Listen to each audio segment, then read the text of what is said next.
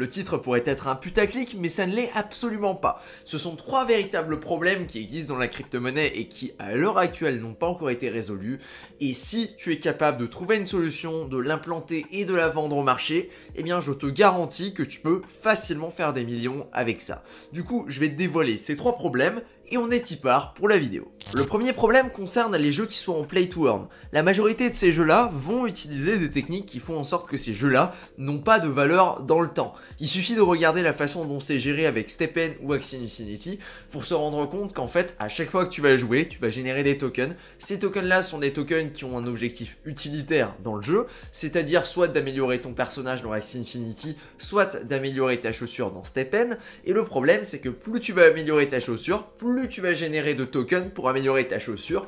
On arrive dans une boucle d'inflation. Plus on va avoir d'inflation, plus on va avoir d'inflation tout court en fait.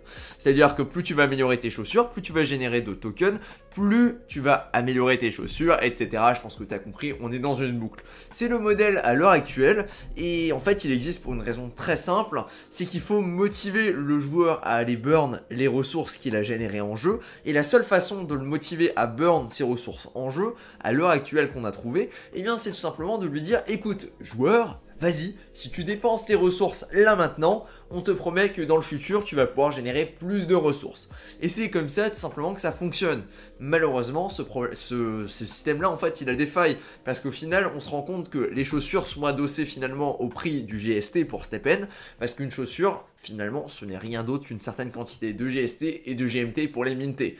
Du coup, malheureusement, il y a des problématiques à ce niveau-là. On a de l'hyperinflation et ça devient très très compliqué. Où est la problématique et où est la solution de ce côté-là? Eh bien, c'est d'être capable de développer un jeu qui soit du coup en play and earn et pas plutôt en play to earn et qui a pour objectif d'être tenable dans le temps. On parle du coup de sustainability, c'est-à-dire un jeu qui dans 3 ans, tu reviens, le jeu continue de fonctionner. On n'a pas des problèmes de liquidité, on n'a pas des problèmes de token qui ne vaut absolument plus rien parce que le token s'est multiplié à l'infini, comme par exemple avec STEPN. STEPN, j'aime bien prendre l'exemple parce que c'est assez facile à prendre. Il suffit d'aller sur le GST, de taper GST sur CoinGecko et de regarder la quantité à l'heure actuelle. Au tout début, quand j'ai commencé à regarder STEPN avec le GST, il y avait 7 millions de GST en circulation. Là maintenant, on est à 370 millions.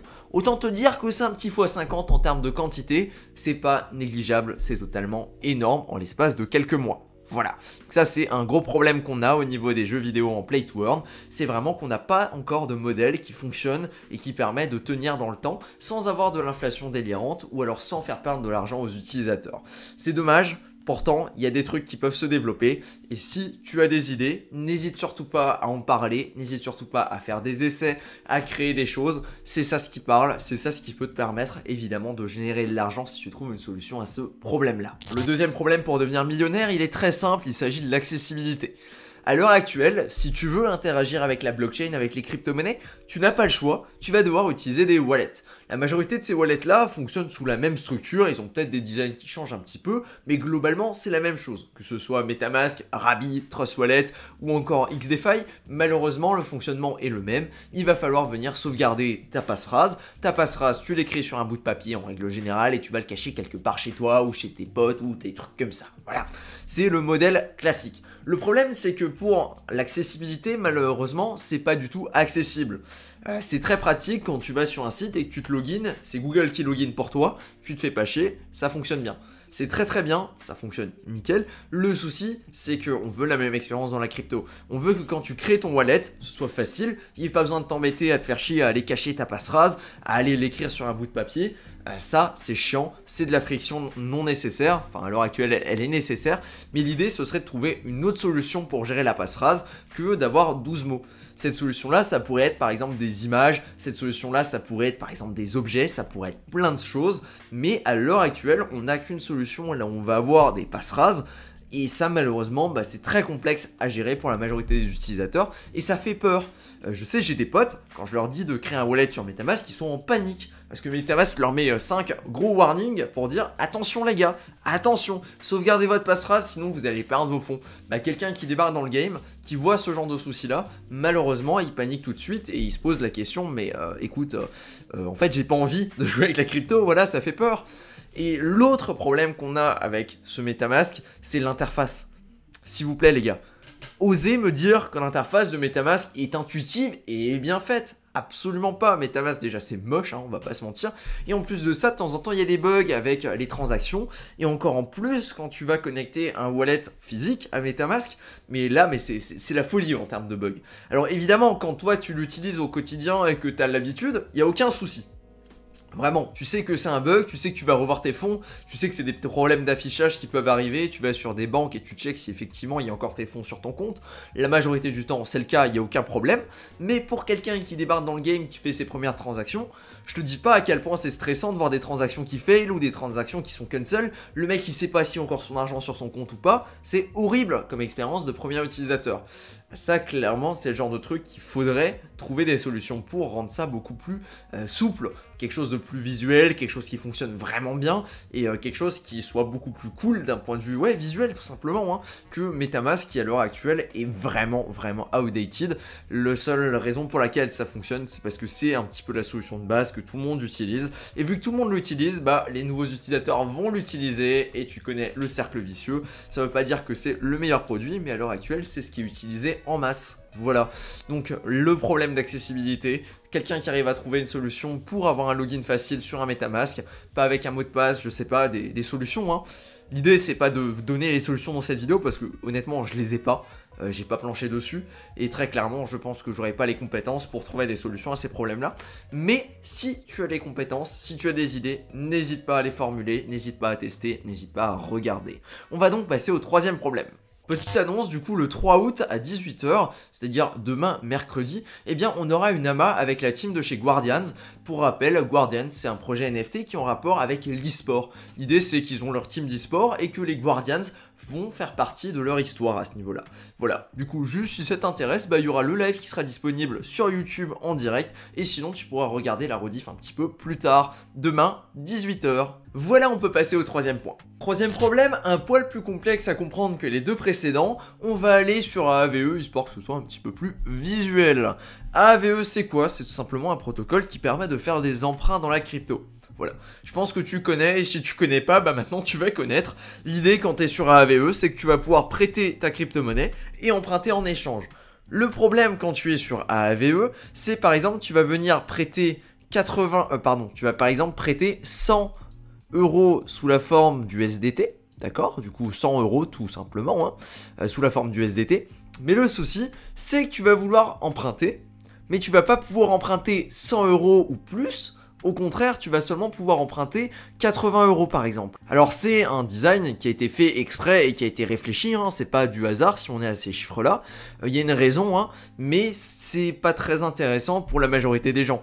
En fait, ça t'intéresse pas de poser 100 $ pour récupérer 80 $ de l'autre côté. Ça fait pas sens. Pour une personne normale en tout cas. Pour des boîtes ça peut être intéressant, pour des particuliers qui veulent faire des investissements plus compliqués ça peut être intéressant, mais pour la personne normale qui veut peut-être acheter sa maison ou quoi, bah en règle générale elle a pas 200 000 à poser pour pouvoir emprunter 100 000 et pour pouvoir acheter sa maison. Ça ne fait absolument pas sens. Du coup ça c'est un gros problème dans la DeFi à l'heure actuelle, c'est qu'on est obligé de faire des prêts qui sont surcollatéralisés. C'est-à-dire que pour emprunter, eh ben, il faut que tu prêtes plus que ce que tu vas emprunter. Surcollatéralisé, c'est le terme un petit peu complexe pour expliquer ça, quoi. Autant te dire que c'est pas intéressant pour la majorité des gens et que c'est un sacré problème dans la DeFi. Maintenant, tu aimerais peut-être savoir pourquoi c'est le cas. Bah, pour une raison très simple, c'est que l'objectif, c'est que le mec qui vient faire son emprunt, bah, il vienne repayer à la fin. Et la seule façon qu'on a trouvé pour faire en sorte que le mec vienne repayer, c'est que le mec dépose plus que ce qu'il vient emprunter. Autant te dire que c'est loin d'être très efficace d'un point de vue capital et qu'il y aurait très clairement des façons plus intéressantes de le faire, mais à l'heure actuelle, on n'a pas ces solutions-là. Pour ça, l'idée, ce serait de pouvoir faire des prêts qui sont sous-collatéralisés. C'est-à-dire, par exemple, tu viens, tu déposes 20 $ et avec ces 20 $, tu peux emprunter l'équivalent, par exemple, de 50 $ ou de 100 $. Ce serait ça un prêt sous-collatéralisé et c'est ce que tu peux avoir à la banque. Par exemple à la banque on va te demander un apport initial, cet apport là va te permettre d'emprunter plus. Je sais pas, pour une maison, je vais peut-être dire des bêtises hein, parce que j'ai pas les chiffres exacts en tête, mais tu vas peut-être apporter 10 ou 5% de l'apport pour acheter ta maison, peut-être que c'est plus, hein, j'ai aucune idée des chiffres, honnêtement je ne sais pas du tout. Et de l'autre côté ton banquier va te dire bah écoute il n'y a pas de souci, voilà tiens 100 000 pour acheter ta maison. Encore une fois c'est des chiffres arbitraires. Ça, c'est le modèle classique dans les banques. Malheureusement, dans la DeFi, je viens de te l'expliquer, ça ne fonctionne pas comme ça. Le problème à résoudre, c'est tout simplement d'arriver à faire des prêts qui sont sous-collatéralisés, c'est-à-dire en prêtant seulement 20 $, et tu vas pouvoir emprunter par exemple 50 $. À l'heure actuelle, il n'y a pas de solution, mais il y a plusieurs teams qui planchent dessus. Il y a la team derrière Tethys et derrière Metis qui sont en train de travailler dessus. Eux, ils ont une solution avec un système de réputation. C'est-à-dire que en fonction des échanges et des transactions que tu vas faire sur la blockchain, tu vas avoir une certaine réputation. Plus ta réputation est élevée, plus tu vas pouvoir emprunter ou prêter directement en sous-collatéralisé. Et à l'inverse, si tu as une mauvaise réputation, tu ne pourras pas le faire. L'idée, c'est simplement de mettre en place une réputation. Si tu ne respectes pas tes engagements, eh bien ta réputation va baisser et tu auras accès à moins de services. C'est un petit peu contre le principe de décentralisation, mais ça permet d'avoir une certaine solution.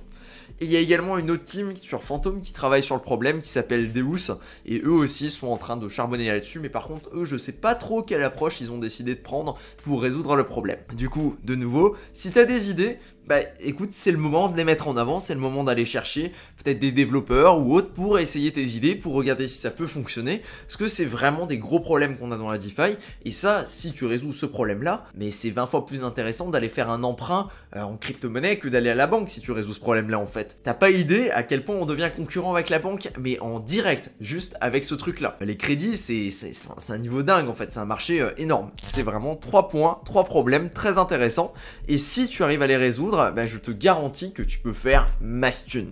C'est pas vraiment juste du blabla, c'est vraiment la réalité. Si tu résous ces problèmes-là, que tu trouves un marché pour, et il y a des marchés pour ces problèmes-là, ne t'inquiète même pas, ils sont déjà là, ils existent. C'est des gens qui veulent trouver des solutions à ces problèmes-là. Et crois-moi que tu peux faire masse pépette avec tout ça. Voilà, écoute, si t'as des idées, n'hésite pas à me les donner en commentaire ou à discuter un petit peu sur le Discord, il n'y a pas de souci, nous on est là pour discuter. Et sur ce, je te dis à demain pour le live avec Guardians. Voilà, ciao.